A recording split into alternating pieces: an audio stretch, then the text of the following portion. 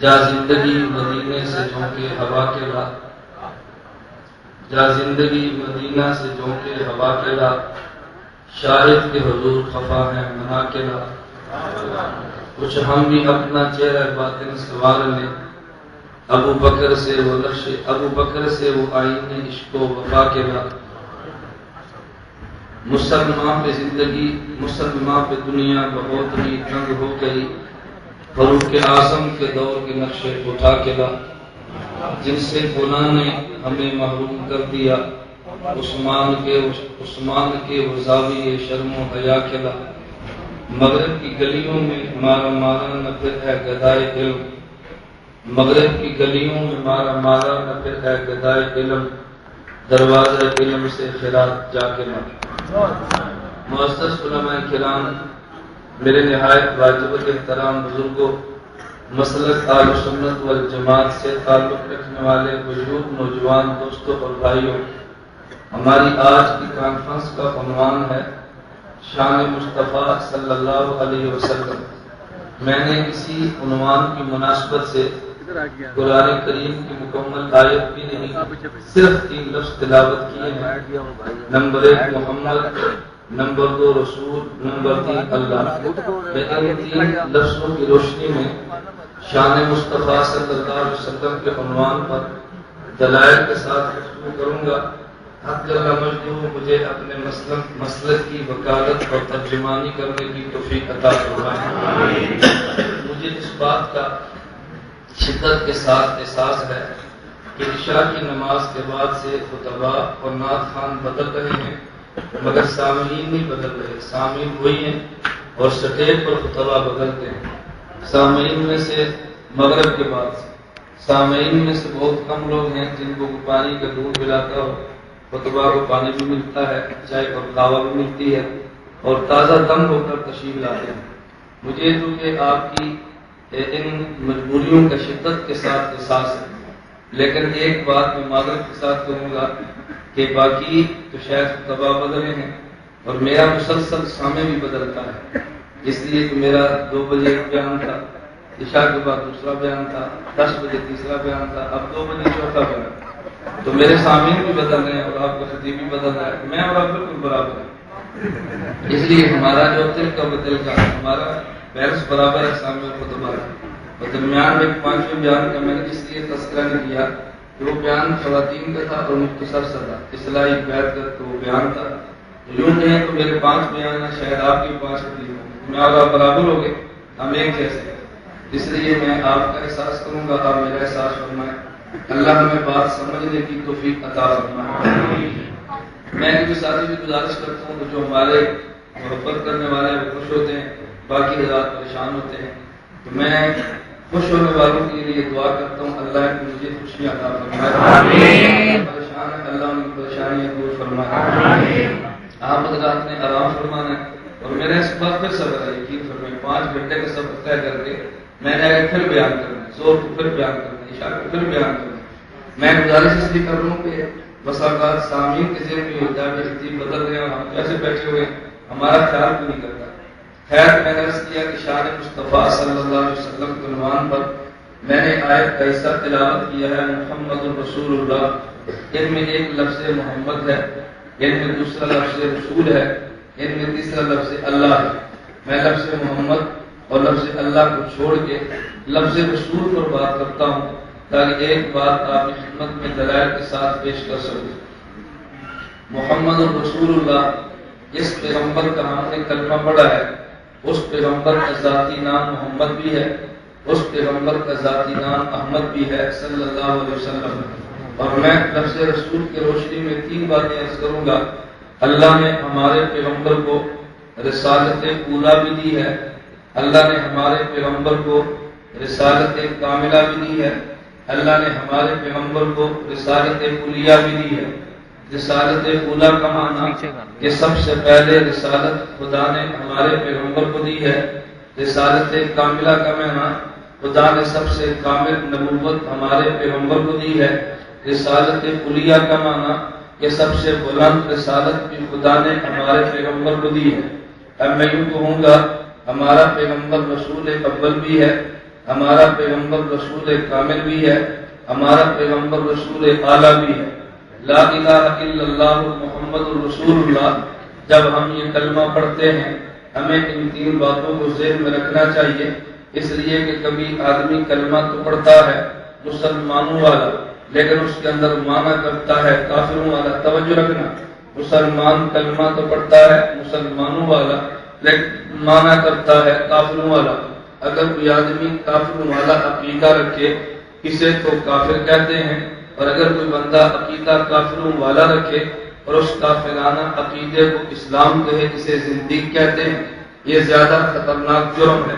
ایک بندہ وہ تھا کہ جس کے دل میں کفر ہے اور اس کی زبان پر ایمان ہے، اس کو منافق کہتے ہیں۔ ایک وہ بندہ کہ جس کے دل میں بھی کفر ہے زبان پر بھی کفر ہے، اس بندے کو کافر کہتے ہیں۔ ایک وہ بندہ کہ جس کے دل میں کفر ہے زبان پر بھی کفر ہے لیکن اس کفر کو اسلام کہتا ہے، اس بندے کو زندیق کہتے ہیں۔ اور ایک وہ بندہ کہ جس کے دل میں ایمان تھا لیکن بعد میں دل کے ایمان کو ختم کر دیا، اسے مرتد کہتے ہیں۔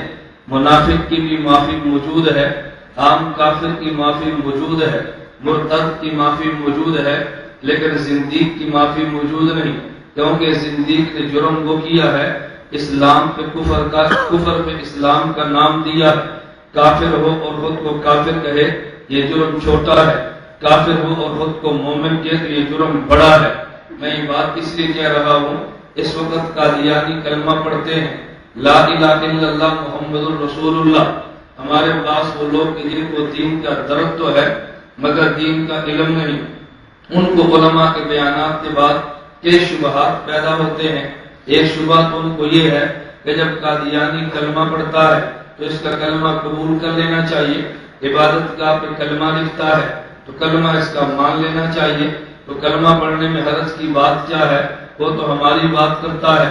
ہم نے کہا قادیانی کلمہ تو ہمارا پڑھتا ہے لیکن قادیانی معنی اپنا کرتا ہے، کلمہ بھی ہمارا پڑھے اور معنی بھی ہمارا کرے پھر تو ہم کلمہ قبول کر لیں گے، اور اگر کلمہ نہ پڑھے اور معنی بھی اپنا کرے ہم پھر بھی برداشت کر لیں گے۔ کلمہ ہمارا پڑھے اور معنی اپنا کرے یہ ہم سے برداشت نہیں ہوگا۔ آپ نہیں سمجھے؟ کوئی آدمی کلمہ ہمارا پڑھے اور معنی بھی ہمارا کرے یہ ہمیں قابل قبول ہے، کلمہ بھی نہ پڑھے کفر کا اعلان کرے یہ بھی قابل برداشت ہے۔ کوئی بندہ کلمہ ہمارا پڑھے اور معنی اپنا کرے تو یہ بات قابل برداشت نہیں ہے۔ کیوں؟ جب قادیانی لا الہ الا اللہ محمد الرسول اللہ پڑھتا ہے تو اس کی محمد سے مراد حضرت محمد صلی اللہ علیہ وسلم نہیں ہے، اس کی مراد غلام احمد قادیانی ہے۔ غلام احمد قادیانی کو غلام احمد قادیانی کو ہم مان لیں گے، لیکن کوئی شخص غلام احمد قادیانی کو حضرت محمد کہے، خدا کی قسم گوارا اور برداشت نہیں کیا جا سکتا۔ میں نے اس لیے کہا ایک کافر مرتد ہے اور ایک کافر زندیق ہے، تو جو کلمہ ہمارا پڑھے وہ معنی بھی ہمارا کرے۔ اگر ہمارا کلمہ نہیں پڑھتا تو ہمیں اس پر اعتراض ہوگا، لیکن اور نوعیت کا۔ میں نے عرض کیا محمد الرسول اللہ جب یہ کلمہ پڑھے تو ذہن میں 3 چیزیں رکھے۔ نمبر 1 حضرت محمد رسول ہیں اور رسول اول ہیں۔ نمبر 2 رسول ہیں اور رسول کامل ہیں۔ نمبر 3 رسول ہیں اور رسول اعلیٰ ہیں۔ ہم اپنے پیغمبر کو رسول اول بھی مانتے ہیں، رسول کامل بھی مانتے ہیں، رسول اعلیٰ بھی مانتے ہیں۔ یہ اگر آپ کے ذہن میں شروع کے میرے دلائل رہے تو میں آخر میں جو گفتگو کروں گا اور اس گفتگو میں ملعون زمانہ جاوید غامدی کی دلائل سے تردید کروں گا، پھر ان دلائل کو سمجھنا بہت آسان ہوگا۔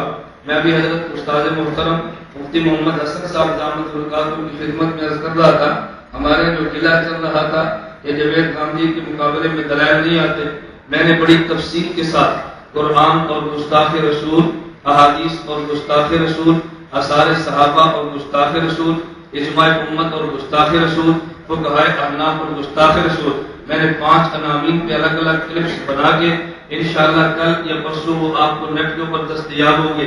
یہ قلعہ ہم نے ختم کر دیا ہے کہ مولوی جذباتیت کے ساتھ تو بات کرتے ہیں لیکن دلیل کے ساتھ بات نہیں کرتے، دلائل ہمارے ذمہ ہے عوام کو دینا۔ میں نے اس لیے کہا جب ہم نے کہا ہمارے پیغمبر رسول اول ہیں تو لوگ پوچھیں گے دلیل کیا ہے؟ جب پیغمبر رسول کامل ہیں اس کی دلیل کیا ہے؟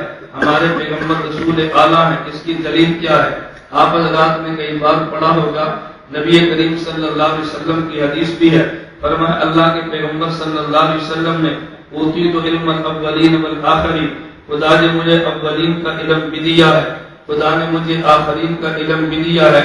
اولین سے مراد گزشتہ انبیاء ہیں، آخرین سے مراد قیامت تک آنے والے علماء کا علم ہے۔ تو پیغمبر کو اولین کا علم کیوں دیا؟ اس کی وجہ کیا ہے؟ یہ دلیل ذہن میں رکھنا۔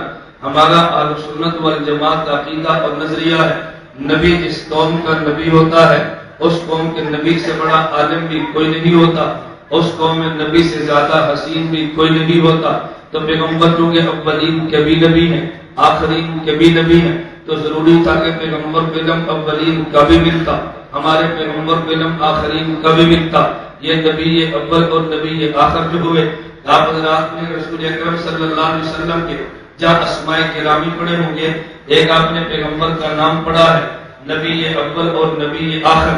ہمارے پیغمبر نبی اول بھی ہیں، ہمارے پیغمبر نبی آخر بھی ہیں، لیکن کبھی یہ بات سمجھ نہیں آتی ایک ہی آدمی صف اول کا نمازی ہو، وہی بندہ صف آخر کا نمازی ہو۔ اگر صف اول کا ہوگا صف آخر کا نہیں ہوگا، اگر صف آخر کا ہوگا تو صف اول کا نہیں ہوگا، لیکن ایک ہی شخص اول کا بھی ہو آخر کا بھی ہو۔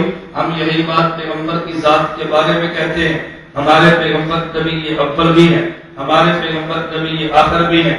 اگر یہ بات سمجھ نہ آئے تو دارالعلوم دیوبند کے بانی قاسم العلوم والخیرات مولانا محمد قاسم نانوتوی کے دروازے پہ دستک دے، وہ تجھے سمجھائے گا نبی اول نبی آخر کا معنی کیا ہے۔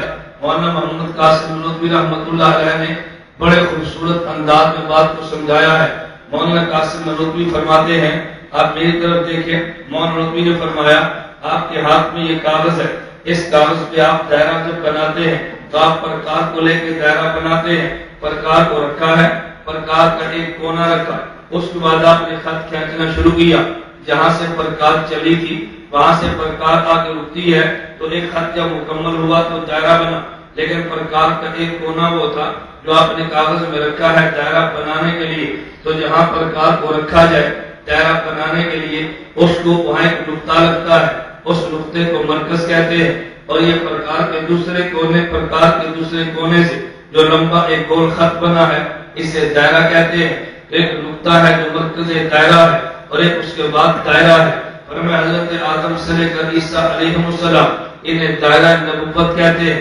حضرت محمد صلی اللہ علیہ وسلم کو مرکز دائرہ نبوت کہتے ہیں۔ اور دائرہ اور نقطہ میں فرق یہ ہے، یہ نقطہ بنتا تو پہلے ہے مگر یہ نظر بعد میں آتا ہے، اور یہ دائرہ بنتا تو بعد میں ہے مگر یہ نظر آ رہا ہوتا ہے۔ تو ایک دائرہ اور نقطے کی جو نسبت تھی یہ ہمارے پیغمبر صلی اللہ علیہ وسلم اور باقی انبیاء میں نسبت ہے کہ مرکز دائرہ بنتا پہلے ہے، نظر بعد میں آتا ہے، اور دائرہ نظر تو پہلے آ رہا ہوتا ہے، یہ بنا بعد میں کرتا ہے۔ ہمارے پیغمبر نبی یہ اول ہیں وجود نبوت میں، اور ہمارے پیغمبر نبی یہ آخر ہیں ظہور نبوت میں۔ انہیں نبوت ملی تو پہلے ہے لیکن نبوت نظر سب سے بعد میں آئی ہے۔ ہمارے پیغمبر نبی یہ اول بھی ہیں، ہمارے پیغمبر نبی یہ آخر بھی ہیں۔ اس سے ایک اور مسئلہ حل ہوا، یہودیت نے اعتراض کیا تھا کہ مسلمانوں کے مذہب میں عدالت اور عدل نہیں ہے۔ پوچھا بھی عدل کیوں نہیں؟ کہتے ہم نے کلمہ پڑھا ہے لا الہ الا اللہ موسیٰ کلیم اللہ، یہ نبی پہلے آیا ہے۔ عیسائیت نے کہا ہم نے کلمہ پڑھا ہے لا الہ الا اللہ عیسیٰ روح اللہ، یہ نبی بھی پہلے آیا ہے۔ اور تم نے کلمہ پڑھا ہے لا الہ الا اللہ محمد الرسول اللہ، یہ نبی بعد میں آیا ہے۔ اور مسلمان دعویٰ یہ کرتے ہیں عیسائی جو اس دور کا عیسائی تھا وہ جنت میں بعد میں جائے گا، یہودی جو موسیٰ علیہ السلام کے دور کا یہودی تھا یہ جنت میں بعد میں جائے گا، اور آخری پیغمبر کا کلمہ وہ امتی یہ جنت میں پہلے جائے گا۔ تو جس نے پہلے کلمہ پڑھا وہ جنت میں پہلے جائے، جس نے بعد میں کلمہ پڑھا وہ جنت میں بعد میں جائے۔ ہم نے کہا یہودیت کو پتہ ہی نہیں، ہم نے تم نے کلمہ حضرت موسیٰ کا پڑھا، یہ دیکھنے میں تو بات پہلے آئے ہیں لیکن نبوت ان کو بعد میں ملی ہے۔ حضرت عیسیٰ کا کلمہ تم نے پڑھا، عیسیٰ علیہ السلام کو نبوت بعد میں ملی ہے۔ ہمارے پیغمبر حضرت محمد الرسول اللہ اگرچہ دیکھنے میں بعد میں آئے ہیں لیکن نبوت ان کو پہلے ملی ہے۔ اب ہم یوں کہیں گے کہ موسیٰ علیہ السلام کے جس نے کلمہ پڑھا اس نے اس نبی کا کلمہ پڑھا جس کو نبوت بعد میں ملی ہے، جس نے حضرت عیسیٰ کا کلمہ پڑھا اس نے اس پیغمبر کا کلمہ پڑھا جس کو نبوت بعد میں ملی ہے، جس نے ہمارے حضرت کا کلمہ پڑھا اس نے اس پیغمبر کا کلمہ پڑھا جس کو نبوت پہلے ملی ہے۔ تو پہلے نبوت والے کا کلمہ پڑھے گا تو جنت میں پہلے جائے گا، اور بعد والے کا کلمہ پڑھے گا تو جنت میں بعد میں جائے گا۔ ہمارے پیغمبر نبی یہ اول بھی ہیں، نبی یہ آخر بھی ہیں، وجود نبوت میں اول ہیں، ظہور نبوت میں آخر ہیں۔ ہمارے نبی کریم صلی اللہ علیہ وسلم، میں اس سے بڑھ کے اگلی بات کہتا ہوں، ہم کہتے ہیں دیکھو ایک پیغمبر ہے، ایک پیغمبر کے بعد اولیاء ہیں۔ دنیا میں اولیاء کو ولایت ملتی ہے پیغمبر کی وجہ سے، صداقت پیغمبر کی وجہ سے ملتی ہے۔ دنیا میں جس جس کو ولایت ملی یہ پیغمبر کے صدقے ملی ہے۔ ہم ایک بات اور کہتے ہیں لیکن جو دنیا میں نبوت ملتی ہے حضرت محمد کے صدقے ملتی ہے۔ لوگ اس کی دلیل کیا ہے؟ آدم سے لے کر عیسیٰ کو نبوت ملی ہے، ہمارے پیغمبر کے صدقے ملی ہے۔ اس دلیل کو ذہن نشین فرما لیں، دلیل خود قرآن کریم میں ہے۔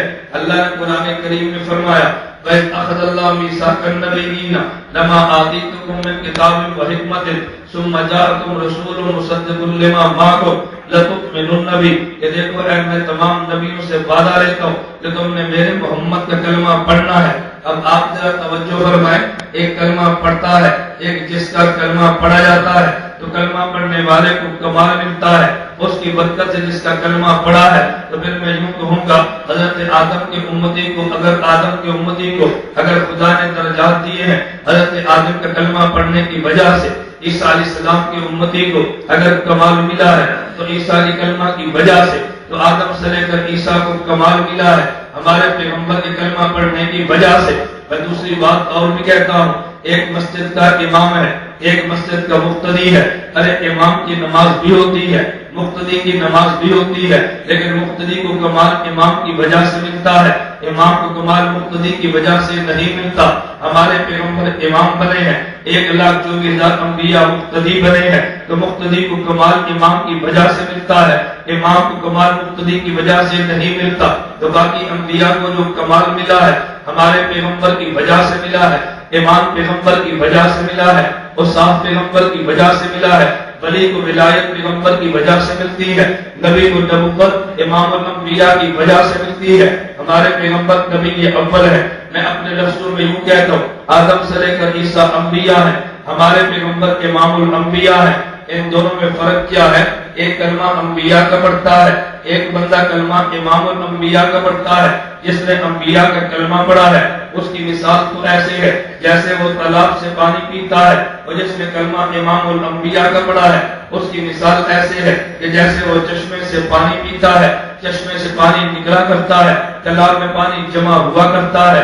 امام الانبیاء کو مرکز اوصاف کہتے ہیں، باقی انبیاء کو جامع الاوصاف کہتے ہیں۔ ہمارے پیغمبر سے اوصاف نکلے ہیں، باقی انبیاء کو ملے ہیں۔ ہمارے پیغمبر نبی یہ اول بھی ہیں، ہمارے پیغمبر نبی یہ آخر بھی ہیں۔ میں اس کو سمجھانے کے لیے ایک بات دلیل دیا کرتا ہوں کہ دلیل آپ نے پڑھی ہے، لیکن کبھی دلیل پر توجہ نہیں ہوتی اور آدمی اصل مسلک اور موقع کو سمجھ نہیں سکتا، دلیل پڑھتا ہے گزر جاتا ہے۔ آپ نے کئی بار سنا ہوگا، ذرا اس بات کو سمجھنے کی کوشش کریں۔ حضرت یوسف علیہ السلام غلام تھے، کہاں سے چلے کہاں پہنچے، بادشاہ کے گھر تک پہنچے ہیں۔ عزیز مصر کی بیوی زلیخا ہے، یوسف علیہ السلام پہ فریفتہ ہے، تو مصر کی عورتوں نے تانا دیا، زلیخا تیری مت ماری گی، غلام پہ فریفتہ ہو گئی ہے۔ اور زلیخا نے کہا تم نے غلام کو دیکھا نہیں ہے، اگر تم اس غلام کو دیکھ لیتی تو کبھی مجھ پر تانا نہ کستی۔ زلیخا نے ان کو اکٹھا کیا، یوسف علیہ السلام کو دکھانے کے لیے یہ عورتیں محل میں جمع ہوگی، اور انہیں دسترخوان پہ چھری اور چاقو رکھے، وہاں پہ پھل بھی رکھے ہیں۔ یوسف سے عرض کیا اوہرن آج تشریف لائے، نبی کے پاس غیب کا علم نہیں، پیغمبر کو نہیں پتا باہر کون سا تماشا ہے۔ حضرت یوسف علیہ السلام باہر تشریف لائے ہیں، تو زلیخا نے کہا وہ دیکھو یوسف آ رہا ہے۔ مصر کی عورتوں نے یوسف کو دیکھا، قرآن ایک ان کا جملہ نقل کیا، قرآن کریم نے ایک ان کا فعل نقل کیا ہے۔ ان کا فعل کیا تھا وَقَطَّعْنَ أَيْدِيَهُنَّ، حضرت یوسف کو دیکھا اپنی انگلیاں کاٹ ڈالی ہیں۔ قرآن نے جملہ کیا نقل کیا، کہتے ہیں مَا هَذَا بَشَرًا، یہ انسان نہیں ہے، إِنْ هَذَا إِلَّا مَلَكٌ كَرِيمٌ، ارے یہ تو فرشتہ ہے۔ عجیب بات یہ ہے اللہ تو نبوت دیتا ہی انسانوں کو ہے، اگر بندہ انسان نہ ہو خدا نبوت دیتا ہی نہیں ہے۔ اور زلیخا کی سہیلیاں کیا کہتی ہیں مَا هَذَا بَشَرًا، یہ انسان نہیں ہے، إِنْ هَذَا إِلَّا مَلَكٌ كَرِيمٌ، یہ تو فرشتہ ہے۔ اس جملے کو سمجھنے سے پہلے میں ایک دلیل کے طور میں ایک بات کہتا ہوں، خدا نے انسان کو پیدا کیا ہے، فَأَلْهَمَهَا فُجُورَهَا وَتَقْوَاهَا، اللہ نے انسان میں دو چیزیں پیدا فرمائی ہیں، نمبر ایک چیز کا نام ملکیت ہے، نمبر دوسری چیز کا نام بہیمیت ہے۔ نمبر ایک چیز کا نام فرشتہ پن ہے، نمبر دو کا نام ڈنگر پن ہے، نمبر ایک کا نام مان کے چلنا ہے، نمبر دو کا نام منمانی کرنا ہے۔ میں تدریجاً الفاظ نیچے لاتا ہوں، ایک لفظ تو علماء کے لیے ہے کہ انسان میں خدا نے دو وصف پیدا کیے ہیں، ایک کا نام ملکیت ہے، دوسرے کا نام بہیمیت ہے۔ پھر میں طلباء کے لیے کہتا ہوں کہ ایک کا نام فرشتہ پن ہے اور ایک کا نام ڈنگر پن ہے۔ اپنے جیسے دیہاتیوں کے لیے میں تیسرا جملہ کہتا ہوں، ارے ایک وصف کا نام منمانی کرنا ہے اور ایک کا نام مان کے چلنا ہے۔ خدا نے دونوں وصف پیدا کیے ہیں، اگر کوئی بندہ خدا کی مان کے نہ چلے بلکہ منمانی کرے، قرآن کے جملے پہ غور کرنا، قرآن کہتا ہے انہم الا کالانعام بل هم اضل، یہ تو جانور کی طرح ہے۔ توجہ، یہ کس کی طرح؟ لفظ پہ غور کرنا، یہ کس کی طرح ہے؟ جانور۔ اللہ یہ بات تو سمجھ آ گئی، جانور کی طرح ہے، اور میں نانا بل هم اضل، یہ تو جانور سے بھی بدتر ہے۔ خدا نے جانور سے بدتر کیوں فرمایا؟ میں سمجھانے کے لیے مثال دیتا ہوں، آپ نے مارکیٹ سے گاڑی خریدی ہے، اس گاڑی کی قیمت 13 لاکھ ہے اور یہ گاڑی ایک کنڈیشن ہے، لیکن آپ جب موٹر وے پہ چڑھے جولائی اور جون کے دنوں میں، موٹر وے پہ لاہور سے چڑھے اسلام آباد جانے لگے، آپ کی گاڑی کے اے سی نے کام چھوڑ دیا ہے، آپ کے ساتھ ایک اور گاڑی گزری ہے، یہ گاڑی نان اے سی تھی اور قیمت اس کی 11 لاکھ تھی، آپ نے 2 لاکھ زیادہ دیا اس لیے کہ گاڑی میں اے سی ہے، لیکن جو ساتھ والی گاڑی ہے اس کی 2 لاکھ قیمت کم ہے کیونکہ اس میں اے سی جو نہیں، لیکن گرمی کے مہینے میں اگر اے سی گاڑی کام کرنا چھوڑ دے اور پیسے زیادہ لگے ہوں، آپ نے کیا کہنا ہے ہماری اس گاڑی سے تو وہی اچھی ہے، ہماری اس گاڑی سے وہی اچھی ہے۔ ارے اے سی اس کا بھی نہیں چلتا، اے سی اس کا بھی نہیں چلتا، اسے اچھا کیوں کہہ دیا؟ وجہ آپ کی گاڑی میں اے سی کی سہولت تھی مگر کام نہیں کرتا، اور اس میں اے سی کی سہولت تھی ہی نہیں اور کام نہیں کیا، اے سی کے پیسے دیے ہوں اور پھر اے سی کام نہ کرے تو آپ نے کہا وہ گاڑی اچھی ہے، اس میں اگر اے سی کام نہیں کرتا تو 2 لاکھ کام بھی تو لگا ہے نا، اگر اس کا اے سی کام نہیں کرتا تو 2 لاکھ زیادہ تو لگا ہے۔ اب دیکھیں ایک جانور ہے اور ایک انسان ہے، جانور میں مان کر چلنے کی صلاحیت ہی نہیں تھی، انسان میں مان کر چلنے کی صلاحیت تھی، جب اس نے مان کر چلنے کی صلاحیت کو چھوڑا اور من مانے کی ہے، خدا فرماتے ہیں اولئک کالانعام بل ہم اضل، ارے یہ تو جانور سے جانور کی طرح ہے، بلکہ جانور سے بھی بدتر ہے۔ جانور من مانی کیوں کرتا ہے؟ اس کے مزاج میں مان کر چلنا ہے ہی نہیں، اس کے مزاج میں مان کر چلنا تھا لیکن پھر بھی من مانی کرتا ہے، یہ تو جانور سے بدتر ہوا۔ ایک جملہ تو میں نے کہا یہ سمجھو، اب تم نے کیوں کہا کہ ما ھذا بشرا، یہ یوسف انسان نہیں ہے، ان ھذا الا ملک کریم، فرشتہ ہے۔ کیوں فرمایا؟ اگر انسان میں من مانی کرنے کا بس بھی ہے اور مان کر چلنے کا بھی ہے، من مانی کو دبائے اور مان کر چلے، من مانی کو دبائے اور مان کر چلے تو یہ فرشتوں سے آگے بڑھ جاتا ہے، اور اگر مان کر چلنے کو دبائے اور من مانی کرے تو جانوروں سے بدتر ہو جاتا ہے۔ زلیخا کی سہیلیاں کیا سمجھانا چاہتی ہیں؟ ارے دیکھو یوسف کیسا ہے، مان کر چلنے کی صلاحیت بھی تھی، من مانی کرنے کی بھی تھی، لیکن من مانی کو چھوڑا ہے اور مان کر چلا ہے۔ یہ تو فرشتوں کا کام تھا، انسان تو وہ ہوتا جو کبھی مان کر چلتا کبھی من مانی کرتا، یہ یوسف تو ہمیشہ مان کے چلتا ہے، یہ تو فرشتے کو طرح لگتا ہے۔ ان ھذا الا ملک کریم، یہ فرشتہ ہے۔ ہم اس لیے کہتے ہیں انبیاء بھی معصوم ہے اور فرشتے بھی معصوم ہے، لیکن دونوں کی معصومیت کے کیا فرق ہے؟ ارے وہ معصوم فرشتہ ہے، یہ معصوم انسان ہے۔ انسان کے مزاج میں گناہ کی صلاحیت بھی ہوتی ہے، لیکن پیغمبر گناہ کرتا نہیں ہے، اسے نبی فرشتوں سے بڑھ جاتا ہے۔ وہ معصوم ہے مگر درجہ نیچے ہے، پیغمبر معصوم ہے درجہ بلند ہے۔ میں سمجھانے کے لیے یوں کہتا ہوں، ارے یہ معصوم وہ ہے کہ جسے مخدوم کہتے ہیں، فرشتہ معصوم وہ ہے کہ جسے خادم کہتے ہیں، وہ معصوم خادم ہے اور یہ معصوم مخدوم ہے۔ مخدوم اعلیٰ ہوتا ہے اور خادم ادنا ہوتا ہے، یہ الگ بات ہے۔ ہمارے یہاں خادم کو بھی اعلیٰ کہتے ہیں، جی سمجھے؟ نہیں سمجھے؟ مخدوم اعلیٰ یا خادم اعلیٰ؟ بولیے مخدوم اعلیٰ یا خادم اعلیٰ؟ ہم کہتے ہیں خادم اعلیٰ۔ بابا خادم اعلیٰ نہیں ہوتا، خادم کو ادنا ہوتا ہے، خادم ادنا ہوتا ہے، مخدوم اعلیٰ ہوتا ہے۔ تو فرشتہ معصوم ہے لیکن خادم ہے، نبی معصوم ہے مگر مخدوم ہے۔ اعلیٰ مخدوم ہوگا یا خادم ہوگا؟ اس لیے ہم کہتے ہیں مخدوم اعلیٰ ہوتا ہے اور خادم ادنا ہوتا ہے۔ ایک ذرا اور بھی دلیل پہ غور کرنا، ہم نے نبی کو انسان مانا ہے، ہم نبی کو فرشتہ نہیں مانتے۔ لوگ کہتے ہیں بچا، میں نے کہا دلائل تو بہت سارے ہیں، میں ضمن ایک بات ایک کہہ رہا تھا کہ دیکھو ایک ادنا ہے ایک اعلیٰ ہے۔ دنیا کا ضابطہ یہ ہے، ادنا اعلیٰ کی نقل کرتا ہے، اعلیٰ کبھی ادنا کی نقل نہیں کرتا۔ توجہ رکھنا، ادنا اعلیٰ کی نقل کرتا ہے، اعلیٰ کبھی ادنا کی نقل نہیں کرتا۔ میں یہ بات دعوے کے ساتھ کہتا ہوں، کبھی کوئی انسان فرشتے کی شکل میں نہیں آیا، لیکن فرشتہ انسان کی شکل میں آیا ہے۔ اگر یہ فرشتہ اعلیٰ ہوتا کبھی تو بشر اس کے لباس میں چلا جاتا، یہ بشر اعلیٰ تھا۔ فتمثل لها بشرا سویا، جب ضرورت پڑی ہے تو فرشتہ بشر کے لباس میں آیا ہے۔ اللہ کے پیغمبر نے پوچھا جبریل لباس کون سا پہنا ہے؟ کہا جی ابو بکر نے لباس پہنا ہے، خدا نے ابو بکر والا لباس پہننے کا ہمیں حکم دیا ہے۔ ادھر جبریل آئے اور چلے گئے، کہا یہ دہیا قلبی ہے، فرمایا نہ یہ دہیا قلبی نہیں ہے، جبریل ہے جو دہیا قلبی کی شکل میں آیا ہے۔ ایک انسان ایک فرشتہ ہے، اگر یہ ادنا وہ ہوتا تو یہ اس کے لباس میں کبھی تو آ جاتا۔ اس لیے ہم نے کہا کہ ایک فرشتہ وہ فرشتے کو معصوم کہتے ہیں اور پیغمبر کو بھی معصوم کہتے ہیں، لیکن یہ معصوم اعلیٰ ہے اور وہ معصوم ادنا ہے۔ میں بات یہ سمجھا رہا تھا، ہمارے پیغمبر نبی یہ اول ہے، اس پہ میں دلیل دینے لگا تھا۔ ان عورتوں نے جملہ کہا تھا یہ بشر نہیں یہ تو فرشتہ ہے۔ نمبر 2 قطان ایدیہن، اپنے انہوں نے ہاتھ کاٹ ڈالے تھے۔ ام المومن امی عائشہ رضی اللہ عنہا نے جملہ فرمایا تھا، فرمایا لبانی زلیخہ لو رأینا جبینہ لاسرن بالقط قلوبہن علی الید، کہ جن عورتوں نے زلیخہ کو تانا دیا، حضرت یوسف کو دیکھا ہے، اپنی انگلیاں کاٹ ڈالی ہیں، اگر یہ عورتیں میرے محمد کو دیکھ لیتی اپنے دل کو کاٹ ڈالتی۔ ان عورتوں نے یوسف کو دیکھا تو انگلیاں کاٹ ڈالی، میرے محمد کو دیکھ کے دل کاٹ ڈالتی۔ میں کہتا ہوں یہ جملہ تو خطیب کا ہے نا، اگلا جملہ وکیل کا ہے۔ امی عائشہ نے یہ بات کیوں فرمائی ہے؟ اس کی وجہ میں نے کہا ہمارے پیغمبر نبی یہ اول ہیں، ان سے وہ صاف نکلتے ہیں تو باقی انبیاء کو ملتے ہیں۔ ہمارے پیغمبر حسن کا مرکز ہے، حضرت یوسف حسن کی شاخ ہے، ہمارے پیغمبر سے حسن نکلا ہے۔ یوسف کو ملا ہے۔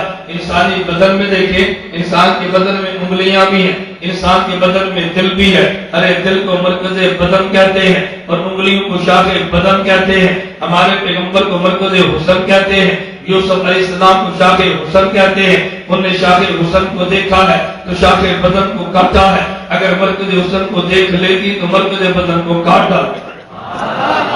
شاخ حسن کو دیکھا ہے تو شاخ بدن کو کاٹا ہے، مرکز حسن کو دیکھتی تو مرکز بدن کو کاٹ ڈالتی۔ میں نے کہا محمد رسول اللہ ہمارے پیغمبر نبی اول بھی ہیں، ہمارے پیغمبر نبی آخر بھی ہیں۔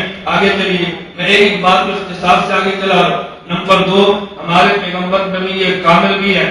آخر نبی کامل کی دلیل کیا ہے؟ میں کہ دلیل لفظ رسول ہے۔ اس کی وجہ حضرت آدم بھی رسول ہیں، لیکن آدم رسول اللہ نہیں کہتے، اسے آدم صفی اللہ کہتے ہیں۔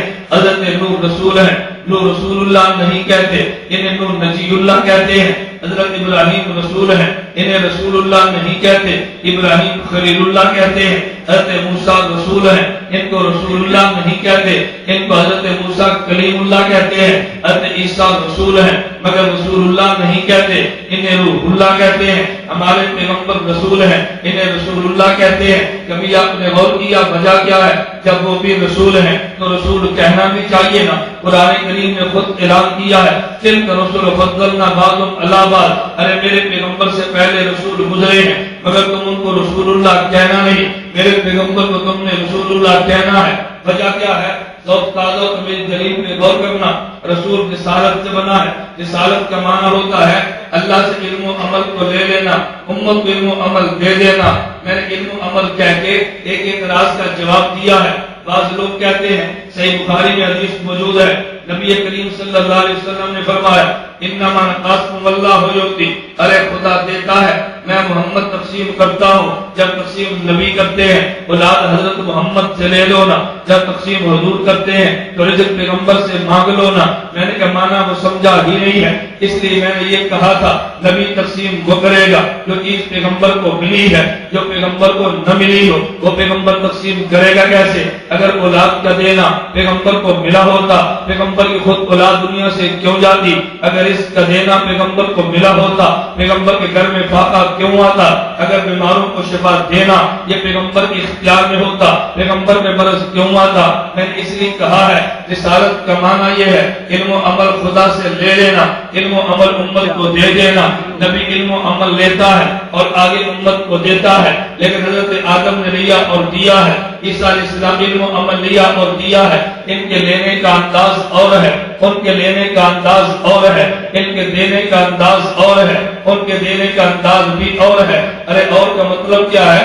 آدم نے علم و عمل لیا ہے لیکن آدم نے جنت میں بیٹھ کے لیا ہے، علم و عمل حضرت نوح نے لیا ہے تو جودی پہاڑ تک جا کے لیا ہے، علم و عمل حضرت موسیٰ نے لیا ہے تو طور سینا تک جا کے لیا ہے، ابراہیم خلیل اللہ نے لیا ہے تو حضرت ابراہیم بیت المقدس میں یا آگ کی چیخا میں یا کعبہ تک جا کے لیا ہے، حضرت عیسیٰ نے علم و عمل لیا ہے تو چوتھے آسمان تک جا کے لیا ہے۔ اور جب ہمارے پیغمبر کی باری آئی ہے تو خدا نے علم و عمل دیا ہے۔ کبھی خدا نے اپنے پیغمبر کو کبھی خدا نے علم و عمل اپنے پیغمبر کو دیا ہے تو چاہے زمزم پہ لٹا کے دیا ہے، کبھی براق پہ اڑا کے دیا ہے، کبھی صدیق کے کندھوں پہ بٹھا کے دیا ہے، کبھی امی عائشہ کی گود میں سلا کے دیا ہے، کبھی خدا نے بیت المقدس تک پہنچا کے دیا ہے اور کبھی خدا نے سدرۃ المنتہا اور عرش معلیٰ تک پہنچا کے دیا ہے۔ علم و عمل لینے کے لیے باقی انبیاء نے سفر تو کیا ہے لیکن پرواز نیچے ہے، میرا پیغمبر علم و عمل لینے کے لیے گئے ہیں تو پرواز سب سے اوپر ہے۔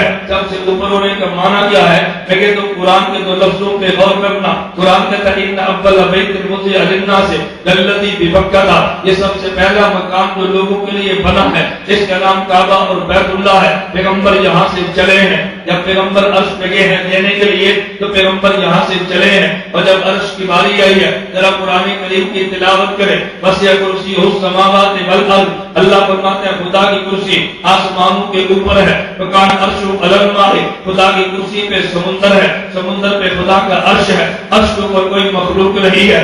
اللہ کے پیغمبر عرش تک گئے ہیں۔ کبھی آپ کا ذوق تازہ ہو میں ایک جملہ کہنے لگا، پیغمبر جب معراج میں گئے ہیں تو نبی کعبہ سے چلے ہیں، اور پیغمبر جب پہنچے ہیں عرش معلی تک گئے ہیں، کعبہ سے چلنے کی وجہ کیا ہے، عرش پہ جا کے رکنے کی وجہ کیا ہے، کعبہ سے ابتدا کی وجہ کیا ہے، عرش پہ انتہا کی وجہ کیا ہے، خود قرآن کریم نے بتایا ان اول بیت وضع للناس، ارے کعبہ یہ پہلا مکان ہے، ہمارے پیغمبر یہ پہلے نبی ہیں، مخلوق میں عرش آخری مخلوق ہے، ہمارے پیغمبر آخری نبی ہیں۔ خدا نے بتایا ہے اگر تمہیں روحانی معراج چاہیے، ابتدا بھی میرے محمد سے ہے، انتہا بھی میرے محمد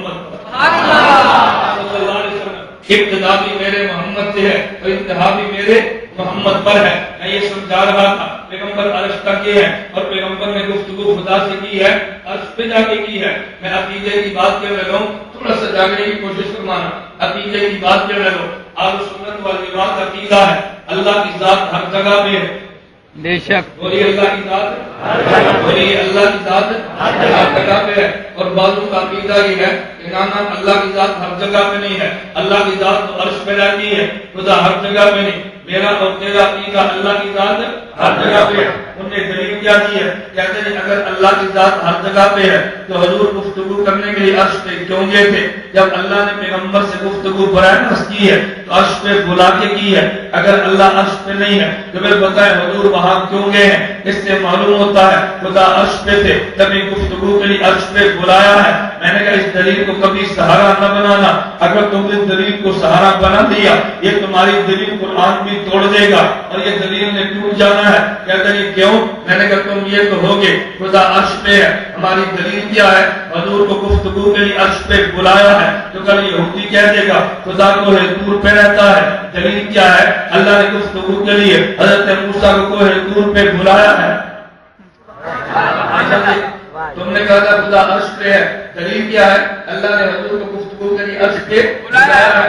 یہودی کہتے کہ اللہ تو ہے دور پر ہے، کہ موسیٰ علیہ السلام گفتگو کے لیے کو ہے دور پہ بلایا ہے۔ تم کیا جواب دو گے؟ تم سے جواب نہیں بن پڑے گا، لیکن ہمارے پاس جواب موجود ہے، اللہ ہر جگہ پر ہے۔ گفتگو کے لیے چاہے تو اللہ نور سینہ کا انتخاب کر لے اور چاہے تو عرش معلی کا انتخاب کر لے، جیسا بندہ ہوگا ویسی جگہ ہوگی۔ یہ حضرت موسیٰ تھے، انتخاب کو ہے دور کا ہے، یہ حضرت محمد ہے تو انتخاب عرش معلی کا ہے۔ میں نے کہا جیسے ایک اور بات بھی سن لو، ضمن بات ہے، میں عقیدے کی بات کرتا ہوں کیونکہ عقیدہ بیان کرنا یہ تو میرا موضوع ہے، میں عقیدے پر بات کرتا ہوں۔ اہل سنت والجماعت عقیدہ ہے میرے پیغمبر کی مدینہ منورہ میں روضہ اطہر میں قبر مبارک کی جو مٹی ہے، اس مٹی کے وہ ذرے جو پیغمبر کے وجود کے ساتھ ملے ہیں وہ کعبہ سے بھی اعلیٰ ہے۔ توجہ، وہ کعبہ سے بھی اعلیٰ ہے، وہ کرسی سے بھی اعلیٰ ہے، لوح محفوظ سے بھی اعلیٰ ہے، عرش معلی سے بھی اعلیٰ ہے۔ لوگ کہتے ہیں دلیل کیا ہے؟ میں کہ تو میلاد کا واقعہ بتا رہا ہے۔ ایک میرے پیغمبر کی رہائش گاہ ہے جسے پیغمبر کا روضہ کہتے ہیں، ایک میرے پیغمبر کی سیرگاہ ہے جسے عرش معلی کہتے ہیں، اور جسے ایک پیغمبر کی رہائش گاہ ہے جسے پیغمبر کا روضہ کہتے ہیں، ایک پیغمبر کی سیرگاہ ہے جسے عرش معلی کہتے ہیں، اور رہائش گاہ ہمیشہ سیرگاہ سے اعلیٰ ہوتی ہے۔ رہائش گاہ سیرگاہ سے اعلیٰ ہوتی ہے، وہ خدا کے رہنے کی جگہ نہیں ہے، وہ تو اللہ پاک کے احکام الہیہ کے ظہور کی جگہ ہے۔ احکام الہیہ کے عمل کی جگہ ہونا اور ہے اور رہنے کی جگہ کا مطلب اور ہے۔ میں بات کیا سمجھا رہا تھا؟ نبی اور رسول کا معنی علم و عمل خدا سے لینا ہے اور امت کو علم و عمل دینا ہے۔ میں نے آدم سے لے کر عیسیٰ نے لیا ہے لیکن نیچے رہ کے لیا ہے۔ ہمارے پیغمبر کی باری آئی ہے تو سب سے اوپر جا کے علم و عمل لیا ہے۔ علم و عمل لینے میں ہمارے نبی حد کمال تک پہنچے ہیں، اس کے بعد کوئی حد ہی نہیں تھی۔ جہاں پہ نبی جا کے خدا سے علم و عمل کو لے لیتے، اور جب دینے کی بات آئی ہے آدم سے لے کر عیسیٰ علیہ السلام نے علم و عمل دیا ہے، لیکن امت کو دیا ہے، انسانوں کو دیا ہے۔ ہمارے پیغمبر کی باری آئی ہے، علم و عمل انس کو بھی دیا ہے، علم و عمل جنات کو بھی دیا ہے، علم و عمل حور و غلمان کو بھی دیا ہے، علم و عمل ملائک کو بھی دیا ہے۔ اس سے بڑھ کے بات کہنے لگا، باقی انبیاء امت کو دیتے ہیں، ہمارے پیغمبر نے انبیاء کو دیا ہے۔ باقی انبیاء توجہ، باقی انبیاء امت کو دیتے ہیں، ہمارے پیغمبر نے انبیاء کو دیا ہے۔ آپ کو یہ دلیل کیا ہے؟ میں نے کہا دلیل تو تو نے پڑھی ہے لیکن میرا ذوق چونکہ نہیں تھا، کس طرح متوجہ نہیں ہوا۔ میرا ذوق ہو تو پھر بندہ متوجہ ہو جاتا ہے۔ میں ایک دلیل دینے لگا ہوں، ہمارے پیغمبر نے انبیاء کو علم و عمل دیا ہے، اس کی دلیل کیا ہے؟ ذرا دلیل پہ غور کرنا۔ آپ اس مسجد احمد علی لاہوری میں آتے ہیں، مولا علی الدین شکر کے مقتدی بنتے ہیں یا کوئی بندہ اپنے امام کا مقتدی بنتا ہے تو مسجد میں جب امام کے پیچھے نماز پڑھے تو امام سے لینے کے لیے جاتے ہیں، امام کو دینے کے لیے نہیں جاتے۔ توجہ، امام سے کچھ لینے کے لیے جاتے ہیں، امام کو کچھ دینے کے لیے نہیں جاتے۔ جب مقتدی امام کے پیچھے کھڑا ہوتا ہے امام کو دیتا نہیں ہے، امام سے لیتا ہے۔ تم کو یاد کیا دیتا ہے؟ لیکن تو چلے میں بات سمجھاتا ہوں۔ فجر کی نماز میں آپ نے تکبیر تحریمہ کی، امام بھی کہتا ہے، آپ حضرات نے سجدہ قیام کیا، امام بھی کرتا ہے، آپ نے رکوع کیا، امام بھی کرتا ہے، آپ نے سجدہ کیا، امام بھی کرتا ہے۔ اتفاقی مسئلے کو بھی ذرا ذہن میں رکھ لیں، میرا ان کا اختلاف کیا تھا، میں نے کہا امام کے پیچھے فاتحہ بھی نہیں پڑھنی، کوئی اور سورت بھی نہیں پڑھنی۔ انہوں نے کہا نا فاتحہ تو پڑھنی ہے مگر اور سورت نہیں پڑھنی۔ اس نے کہا نا فاتحہ کو چھوڑے، باقی قرآن ہے۔ میں نے کہا باقی بھی قرآن ہے، فاتحہ بھی قرآن ہے، باقی قرآن ہے فاتحہ۔ اس نے کہا نا فاتحہ قرآن نہیں ہے، فاتحہ تو ام القرآن ہے۔ نہیں سمجھے؟ اس نے کہا کہ فاتحہ قرآن نہیں، فاتحہ بولیے نا فاتحہ۔ یہ بھی کوئی دلیل ہے کہ یہ فاتحہ قرآن میں ام القرآن ہے؟ میں نے کہا کل کوئی بندہ کہہ دے گا حضرت آدم انسان نہیں ابو انسان ہے، حضرت حوا انسان میں ام الانسان ہے، تو مان لو گے؟ کہتا ہے جی نہیں۔ میں نے کہا کیوں نہیں مانو گے؟ کہتا ہے انسان ہوگا ابو الانسان بھی بنے گا، انسان ہوگی تو ام الانسان بنے گی۔ تو میں نے کہا قرآن ہوگا تو ام القرآن بنے گی، قرآن ہوگا تو ام قرآن بنے گی۔ کہا جی نہیں ہم قرآن فاتحہ کو قرآن نہیں مانتے۔ میں نے کہا دلیل کیا ہے؟ توجہ، میں نے کہا دلیل کیا ہے؟ کہتے ہیں آپ بتاؤ قرآن کے پارے کتنے ہیں؟ میں نے کہا 30 ہے۔ آپ بتاؤ قرآن کے پارے کتنے ہیں؟ بولتے جب قرآن کے پارے پہلا پارا کہاں سے شروع؟ الف لام میم سے، دوسرا سیقول سے، تیسرا اور آخری پارا سورۃ فاتحہ کدھر گئی؟ سوال سمجھے؟ سوال ہے نا، سوال ہے۔ انہوں نے کہا جی فاتحہ قرآن نہیں ہے، دلیل کیا؟ قرآن کے پارے 30 ہے اور پہلا پارا شروع ہوتا ہے الف لام میم سے، آخری پارا شروع ہوتا ہے میں تسالون سے۔ اگر فاتحہ قرآن ہوتا تو کوئی پارا ایسے بھی تو شروع ہوتا، یہ بھی کسی پارے کا حصہ ہوتا۔ میں سمجھانے کے لیے کہتا ہوں میرے سنی دوستو، اصول یاد رکھ لو، کبھی سوال کا جواب ہوتا ہے، کبھی سوال پر سوال کا جواب ہوتا ہے۔ اصول آ گیا دین میں؟ کبھی سوال کا جواب ہوتا ہے اور کبھی سوال پر سوال کا جواب ہوتا ہے۔ آپ کو کہ مولانا آپ نے یہ بات کہاں سے لی ہے؟ میں نے کہا میں نہیں کر سکتا ہوں جہاں آپ پڑھتے ہیں، لیکن ذوق ہو تو بات سمجھ آتی ہے۔ ہمارے استاد السلام بھی کہتے ہیں کہ دیکھو جواب کے 2 قسمیں ہیں، ایک ہوتا ہے جواب تحقیقی، ایک ہوتا ہے جواب الزامی۔ ایک ہے جواب تحقیقی، ایک ہے جواب سوال کے جواب کو جواب ہو، یہ تحقیقی ہے۔ سوال پر سوال ہو تو یہ جواب الزامی ہے۔ یہ درسگاہ میں تھا، کہتے ہیں کہاں سے لیا؟ میں اس لیے بار بار کہتا ہوں کبھی مجھ سے ساتھی پوچھتے ہیں مطالعہ کب کرتے ہیں، کون سی کتابیں دیکھتے ہیں؟ میں نے کہا میں اکابر کی جوتیوں کا مطالعہ کرتا ہوں، اپنے اکابر کے قدموں کو، خدا کی قسم میں یہ بات کہتا ہوں، ہم مطالعے کے لیے اپنے اکابر کے قدموں کا انتخاب کرتے ہیں۔ اگر تم علماء دیوبند مشائخ کے قدموں کا انتخاب کرنے میں کامیاب ہوگے خدا وہ علم عطا کرے گا جس علم کا تم تصور بھی نہیں کر سکتے۔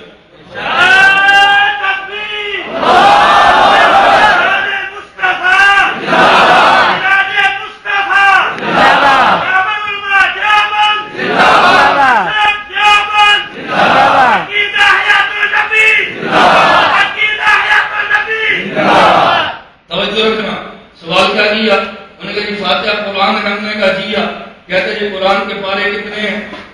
بولیے نا، پہلا پارا الف لام میم سے آخرا پارا آخر میں تسالون سے۔ میں نے کہا مجھے پتا ہے قرآن کی صورتیں کتنی ہیں؟ کہتے ہیں 114۔ میں نے کہا پہلی صورت، کہتے ہیں فاتحہ۔ قرآن کی صورتیں کتنی ہیں؟ 100۔ میں نے کہا پہلی صورت، کہتے ہیں فاتحہ۔ میں نے کہا قرآن نہیں تھا تو صورت بنی کیسے ہے؟ میں نے کہا جو میں نے سوال کیا تمہیں قیامت تک مہلت اس کا جواب لے کر آؤ، جو تم نے کیا وہ جواب کبھی دے۔ تمہاری غلطی نہیں ہم دور کریں گے، ہماری غلطی تم دور کرو۔ مجھے ایک ساتھی نے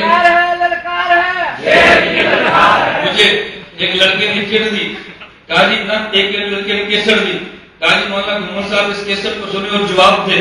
میں نے کہا لاؤ. اب کیسٹ میں دلیل نہیں دی گئی، احناف کا مذاق اڑایا جا رہا ہے، دلیل نہیں، مذاق کیا ہے؟ کہتے جی حنفی مسجد میں کھڑے ہیں، امام کے پیچھے ہیں، امام نماز پڑھا رہا ہے، نماز پڑھنے کے لیے آئے ہیں. اللہ پوچھتا ہے کیوں آئے ہو؟ کہتے ہیں جی مانگنے کے لیے. کیوں آئے ہو؟ اللہ تجھ سے لینے کے لیے.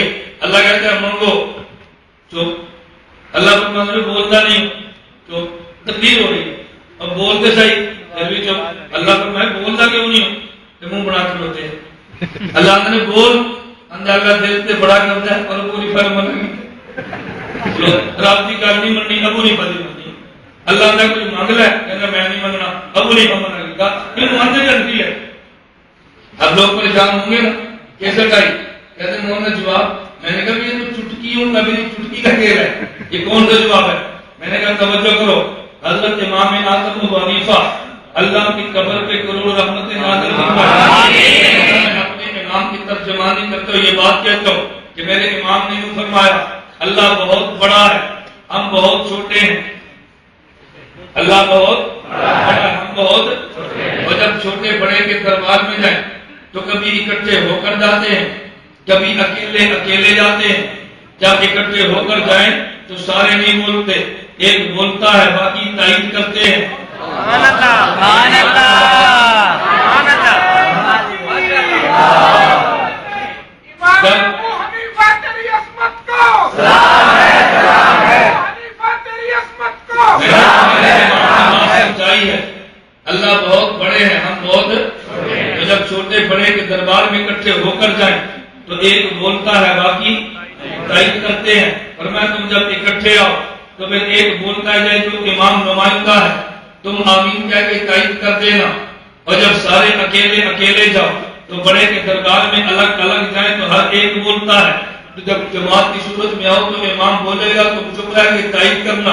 اور جب اکیلے نماز پڑھو تو ہر کوئی بولنا.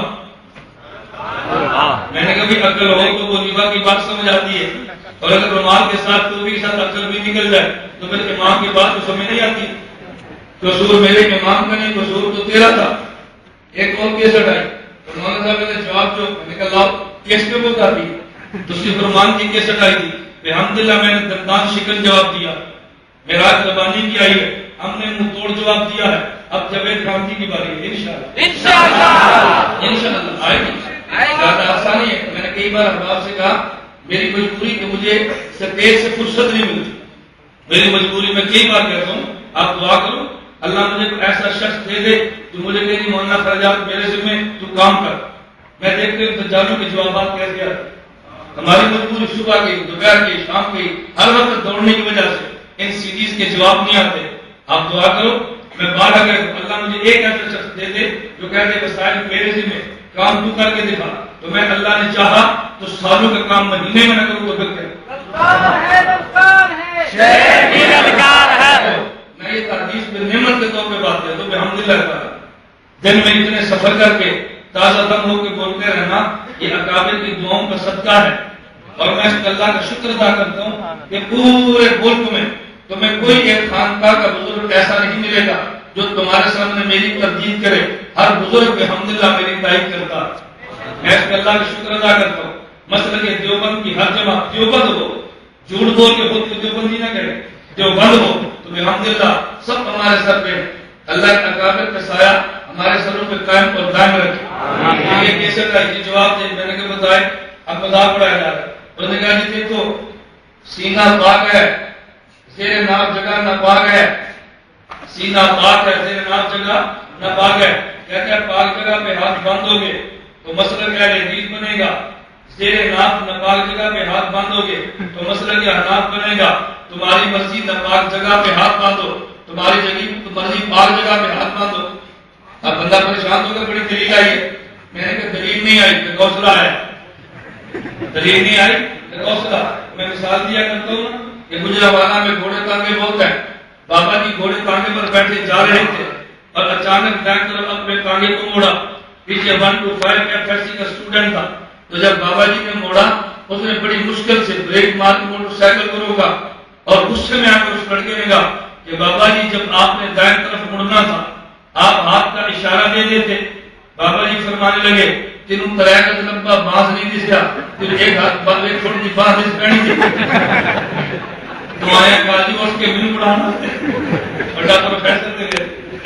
اب وہ بھائی قاضی میں ڈیکوسلے تو نہیں پڑھاتے، قاضی میں تو دلیل پڑھائیں گے. اب وہ بابا ان پڑھ ہے لیکن ہمارا ڈیکوسلا ہے. یہ لڑکا پریشان تھا. میں نے کہا وہ کالج کا اسٹوڈنٹ تھا، اگر ہم جیسا کوئی درویش ہوتا، مولانا حسن صاحب کا شاگرد ہوتا تو ڈیکوسلے کا بھی جواب دے انشاءاللہ، ڈیکوسلے کا بھی ہم جواب دیتے کہ بابا جی یہ مڑنا تو 3 گز کے بانس تھا لیکن 1 فٹ کا 1.5 فٹ کا ہاتھ بتاتا ہے کہ تھوڑی دیر بعد بانس سے مڑنا ہے، اپنے اسکوٹر کو سنبھال لو. ہم ڈیکوسلوں کا جواب نہیں دیتے. اب ڈیکوسلا کیا ہمارا کہتے ہیں سینہ پاک ہے اور زیر ناف جگہ اپنا پاک ہے. پاک جگہ پہ ہاتھ باندھو تو مسلک اہل حدیث بنتا ہے، نہ پاک جگہ پہ ہاتھ باندھو تو دیوبند بنتا ہے.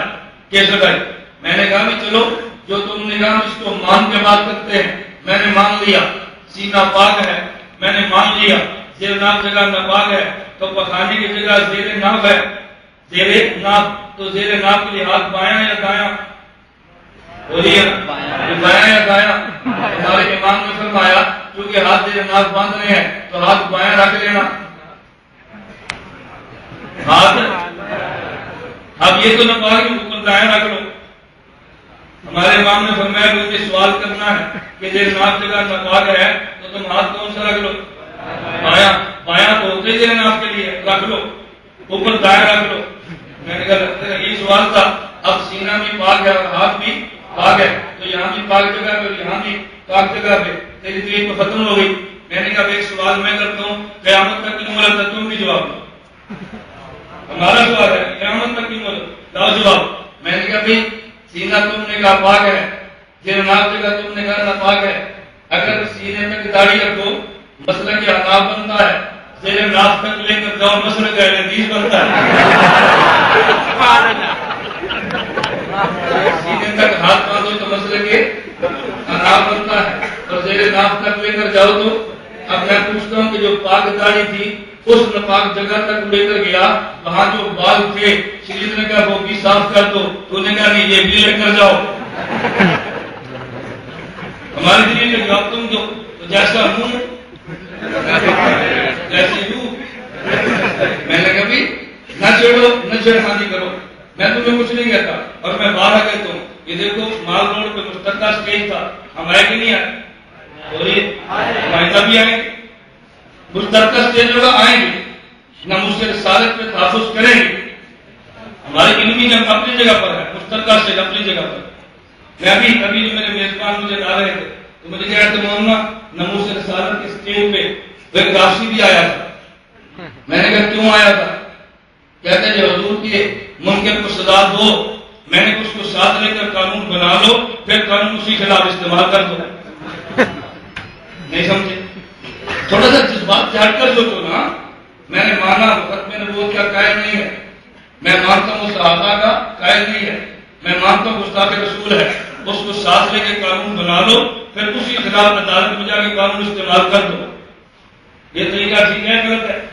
آپ بتاؤ. اگر کوئی عیسائی ہے، عیسائیوں کے پادری ہیں کہ ناموس رسالت کے توہین والی سزا برقرار رہنی چاہیے، تو ہماری کامیابی ہے ناکامی ہے؟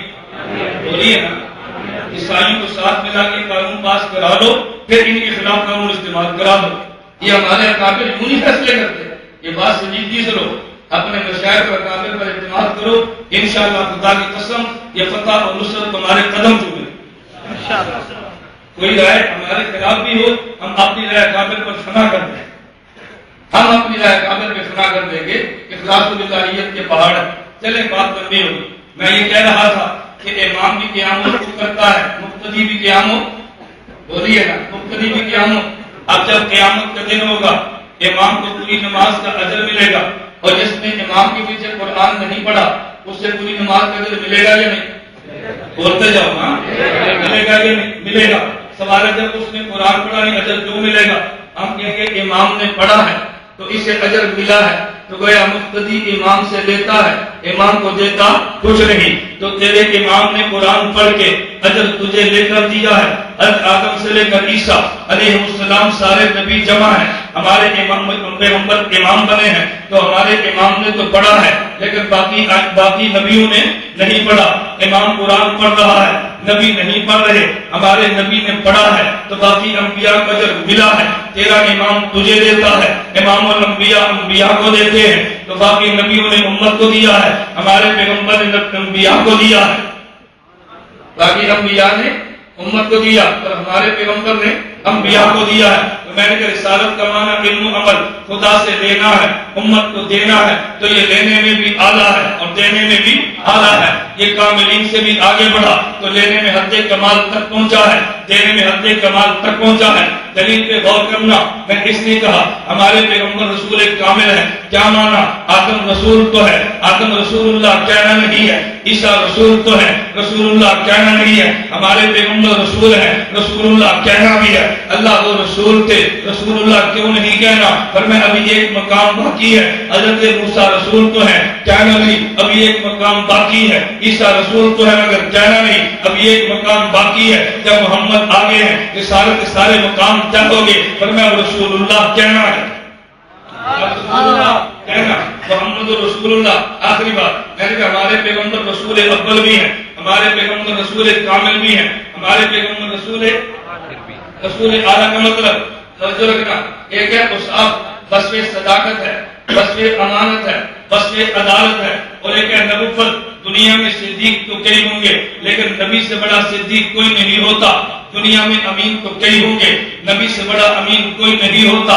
دنیا میں عادل تو کئی ہوں گے, نبی سے بڑا عادل کوئی نہیں ہوتا.